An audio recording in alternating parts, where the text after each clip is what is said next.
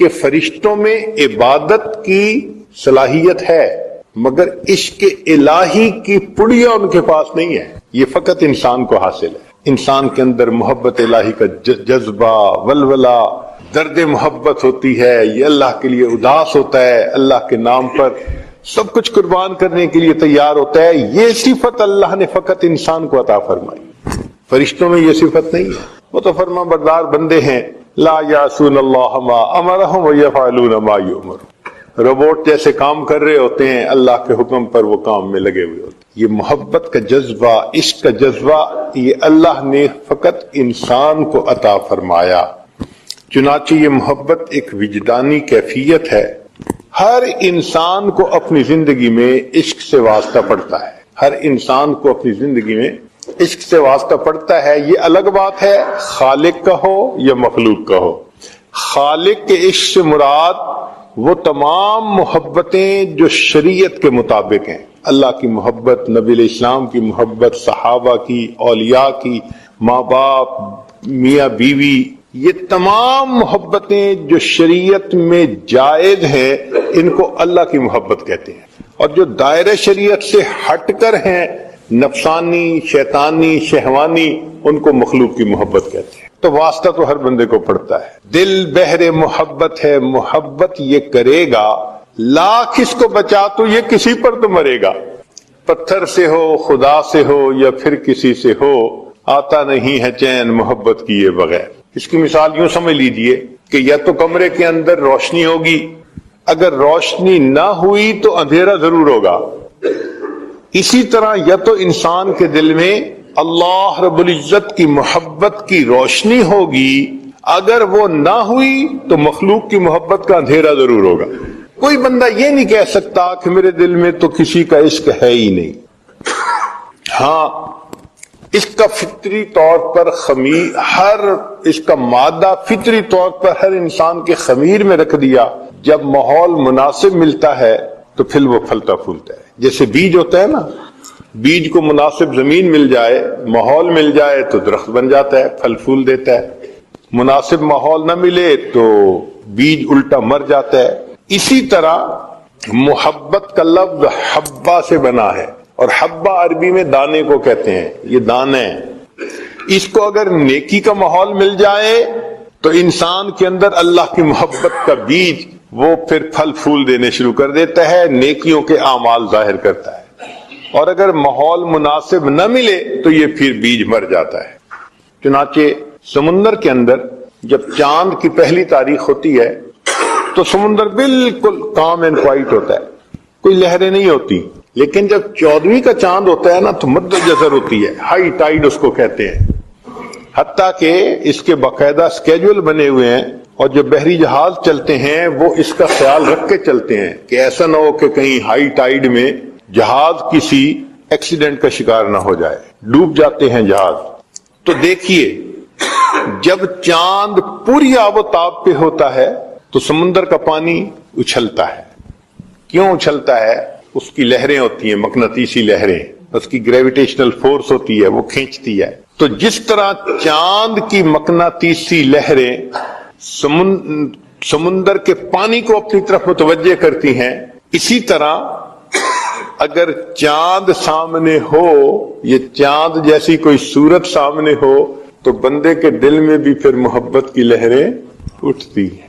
اب یہاں سے ایک اشکال کا پتہ چلا کہ ایک صحابی تھے سیدنا حذیفہ رضی اللہ تعالیٰ، ایک دن اپنے گھر میں تھے، کہنے لگے نافق حنظلہ، حنظلہ منافق ہو گیا، اور یہ کہتے ہوئے نبی علیہ السلام کی خدمت میں چل پڑے۔ راستے میں صدیق اکبر نہ ملے، پوچھا کیا حال ہے؟ کہنے لگے نافق حنظلہ۔ بھئی کیوں؟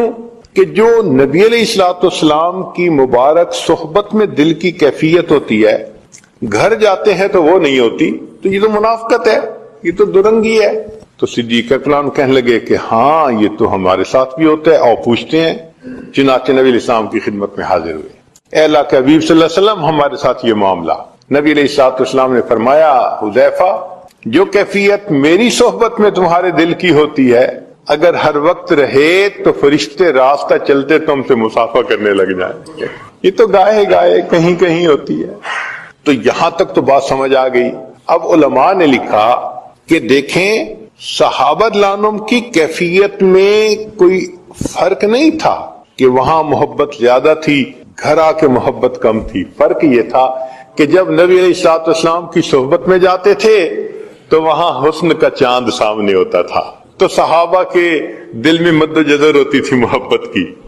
اور جب گھروں میں آ جاتے تھے تو جیسے پہلی تاریخ کو سمندر کاں میں انکوائٹ ہوتا ہے، دل کی وہ کیفیت ہو جاتی. یہیں سے ایک مسئلہ اور بھی واضح ہوا. امام شافعی رحمۃ اللہ علیہ فرماتے ہیں الایمان یزید و ینقص، اور امام اعظم ابو حنیفہ رحمۃ اللہ علیہ فرماتے ہیں الایمان لا یزید ولا ینقص. اب دونوں حضرات نے اپنے اپنے دلائل دیے. امام شافعی رحمۃ اللہ فرماتے ہیں کہ اس کی کمیت بڑھتی بھی ہے گھٹتی بھی ہے، اور اس پہ انہوں نے دلائل دیے ہیں. امام اعظم رحمۃ اللہ نے فرمایا نہیں، مقدار وہی رہتی ہے، اس کی کیفیت گھٹتی بڑھتی ہے. چنانچہ امام اعظم رحمۃ اللہ علیہ کی جو بات تھی اس کو علماء نے کہا کہ وہ زیادہ ٹھوس تھی، اضبط تھی مضبوط کی بجائے. اور اس کی بھی یہی دلیل تھی کہ امام صاحب کہتے ہیں کہ جس طرح سمندر کا پانی پہلی تاریخ کو بھی مقدار میں اتنا ہی ہوتا ہے اور 14 تاریخ کو بھی مقدار میں صرف مد و جزر کا فرق ہوتا ہے. یہی ایمان کی کمی بیشی ہے کہ انسان اپنی ایمان کی کیفیت میں کبھی کمی اور بیشی محسوس کر رہا ہوتا ہے، مقدار میں کمی بیشی نہیں ہوتی، وہ وہی ہوتی ہے. اس لیے شریعت نے کہا کہ تم اپنی نگاہوں کی حفاظت کرو. جو نگاہوں کی حفاظت کرے گا یقیناً وہ پاک دامنی کی زندگی گزارے گا. جس کی نظر محفوظ نہیں ہوگی وہ پاک دامنی کی زندگی نہیں گزار سکے گا. امام اعظم امام ربانی مجدد ثانی رحمۃ اللہ نے لکھا ہے کہ آنکھ کا دیکھنا ابتدا ہے اور پھر زنا کا ارتکاب یہ اس کی انتہا ہے. جو انتہا سے بچنا چاہتا ہے اسے ابتدا سے بچنا پڑے گا، نہیں بچے گا تو پھر انتہا تک بھی پہنچ جائے گا. اس لیے فرمایا کل للمؤمنین یغضوا من ابصارہم، ایمان والوں سے کہو اپنی نگاہوں کو نیچا رکھ. اس پر کسی شاعر نے شعر کہا کہ جس غذا میں بھی ہو نمک شامل واجب الاحتیاط ہوتی ہے. بعض غذائیں ہوتی ہیں نا ان میں نمک ہوتا ہے، تو نمک ہونے کی وجہ سے وہ بلڈ پریشر والے بندے کو نقصان دیتی ہیں، ہائی بلڈ پریشر کر دیتی ہیں. تو ڈاکٹر لوگ کہتے ہیں کہ بھئی آپ سالٹ استعمال نہ کریں. تو اس پر شاعر نے شعر کہا کہ جس غذا میں بھی ہو نمک شامل واجب الاحتیاط ہوتی ہے، جن کی صورت میں ہو نمک شامل واجب الاحتیاط ہوتے ہیں. کچھ صورتیں بھی ہوتی ہیں ان میں بھی نمکین صورتیں ہوتی ہیں. نمکین کیوں کہا کہ بار بار دیکھنے کو دل کرتا ہے. میٹھا بار بار نہیں کھانے کو دل کرتا، میٹھے سے بندہ تنگ آ جاتا ہے. چنانچہ ہم بچپن میں اپنے اسکول میں انگریزی کی کتاب میں سٹوری پڑھتے تھے. ایک بادشاہ کی کئی بیٹیاں تھیں، اس نے پوچھا کہ کون مجھ سے زیادہ محبت کرتا ہے. کسی نے کہا میں شہد کی طرح، کسی نے کہا میں مٹھاس کی طرح، کسی نے کوئی میٹھی چیز. سب نے میٹھی چیزوں کا تذکرہ کیا. ایک بیٹی نے کہا ابو مجھے آپ سے محبت ہے نمک کی طرح. تو باپ کو بڑا غصہ آیا، اس نے اس کو سزا دی. خیر سزا اس نے برداشت کر لی. پھر ایک وقت آیا کہ سب بچیوں کی شادی ہو گئی. اب جب شادی ہو گئی تو ایک دن بادشاہ اپنی اس بیٹی کے گھر آیا جس سے اس کو کہا تھا کہ مجھے آپ سے نمک کی طرح محبت ہے. تو خیر بچی نے اپنے باپ کے لیے بہت درجنوں کھانے بنائے، سب میٹھے. خیر ایک وقت تو اس نے کھا لیے کھانے. جب دوسری دفعہ پھر میٹھا، وہ تنگ آ گیا، کہنے لگا بیٹی ہر وقت تو میٹھا نہیں کھایا جاتا، نمک کھانے کو دل کرتا ہے. کہنے لگے ابا جان میں نے کیا کہا تھا، ساری عمر نمکین کھانا کھاتے رہیں گے تنگ نہیں ہوں گے، میٹھے سے تنگ ہو جائیں گے، نمک سے تنگ نہیں ہوں گے. تو نمکین چیز کو بار بار کھانے کو دل کرتا ہے.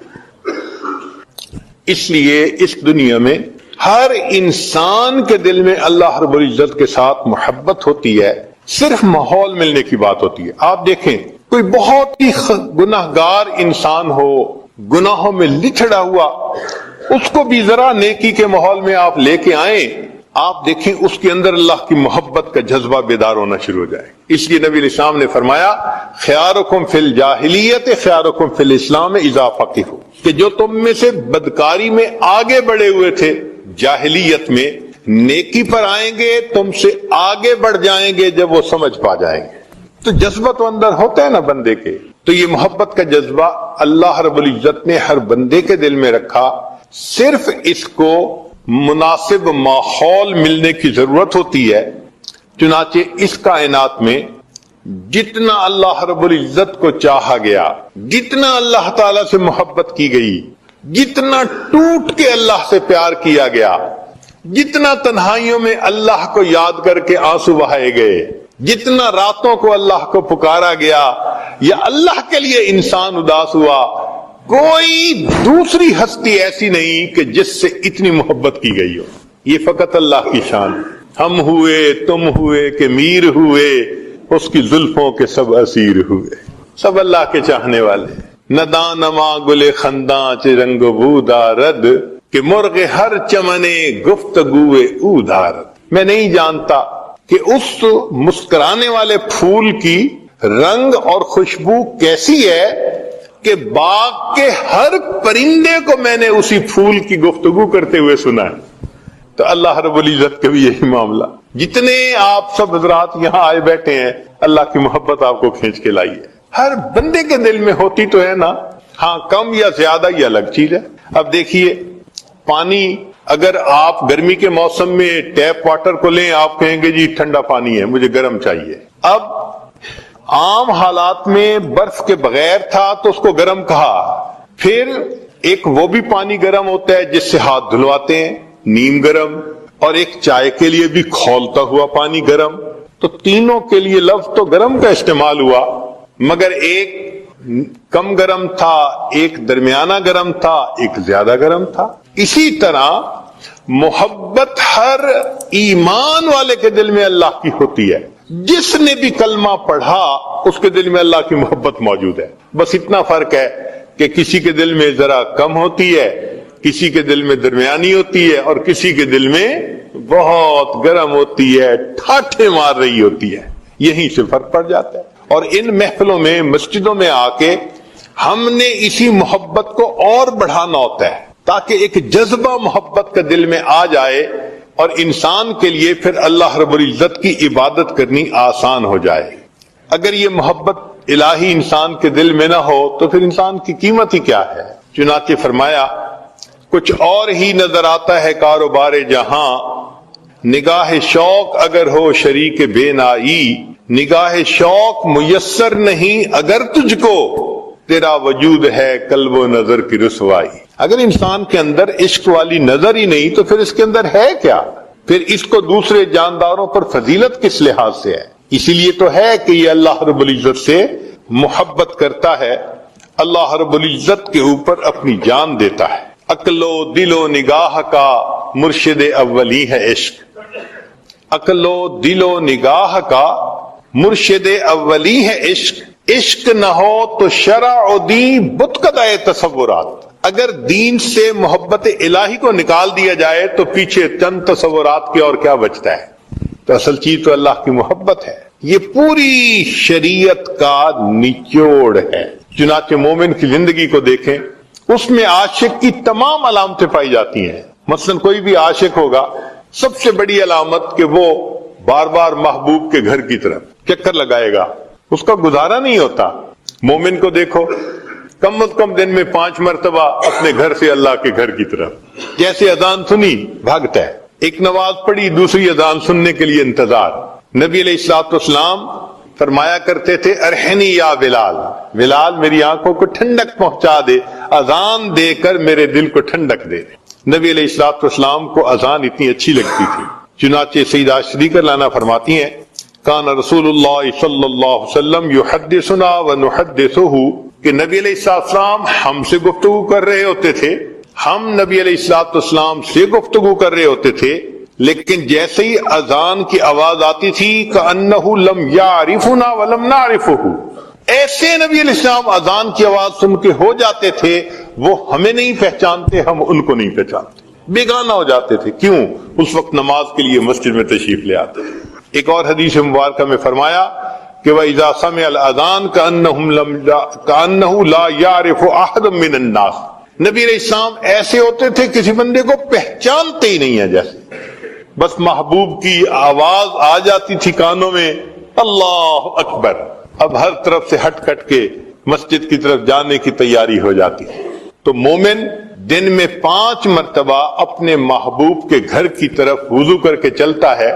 حدیث مبارکہ میں ہے جو وضو کر کے مسجد کی طرف چلے ایسا ہی ہے جیسے حاجی حج کا احرام باندھ کر اللہ کے گھر کی طرف جا رہا ہوتا۔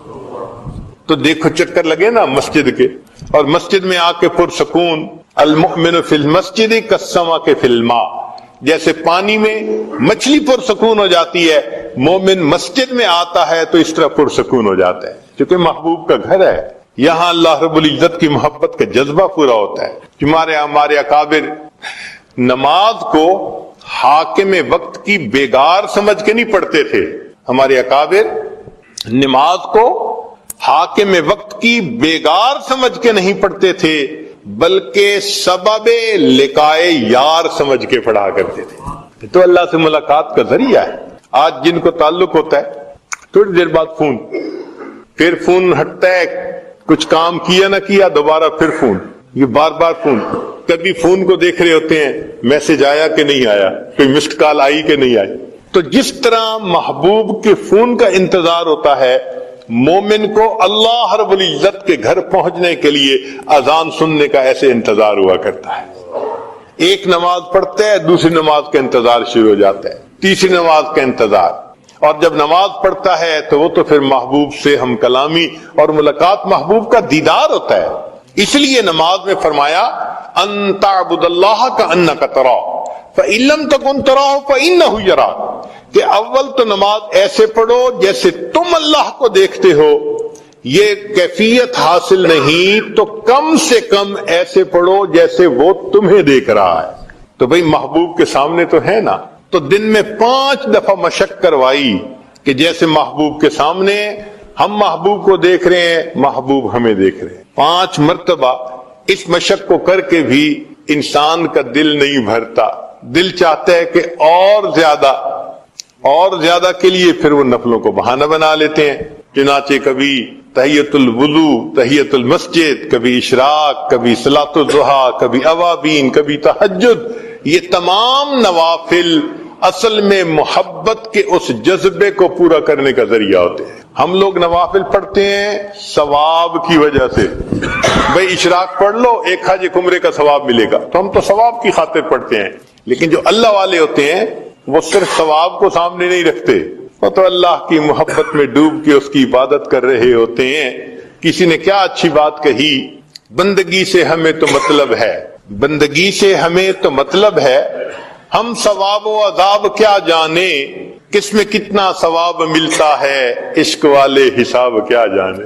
محبت والوں کو کیا پتا کیا ثواب کتنا ہوتا ہے، وہ تو اللہ کی محبت میں پڑھ رہے ہوتے ہیں۔ حضرت شیخ عبد الواحد رحمت اللہ علیہ کے سامنے تذکرہ ہوا کہ جنت میں نماز نہیں ہوگی، وہ رونے لگ گئے۔ حضرت رو کیوں رہے ہیں؟